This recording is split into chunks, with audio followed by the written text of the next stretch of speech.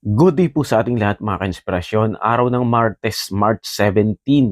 At ngayon din po ang araw na dagdag presyo na naman sa mga petroleum product. At yan nga po, at tayo naman po ay mag-change oil. Kaya kahapon pa lang, tayo bumili na po ng ating pong gagamitin sa change oil. At yan ang Uni Oil Polysynthetic. At sasabayan na po natin yan ng Gear Oil ng Uni Oil pa rin. So, eto nga po pala, first time po nating mag-change oil ng ating sariling motor sa looban po ng 5 years.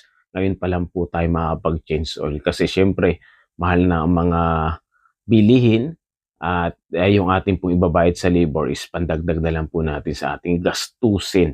Kaya eto, nag-practice tayo. First time ko talaga po ito na gagawin pero ayan, may idea naman na tayo kasi kapag pinapachinsol natin yung ating pong motor ay pinapanood natin.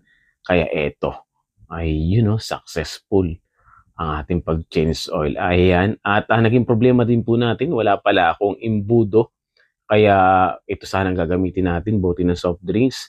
At yung sa Yakult, kaya lang medyo maliit o malaki yung bunganga niya. Kaya ang ginawa natin, kumuha na lang po tayo nitong carton at ginamit nating alulod. Ayan, effective ba?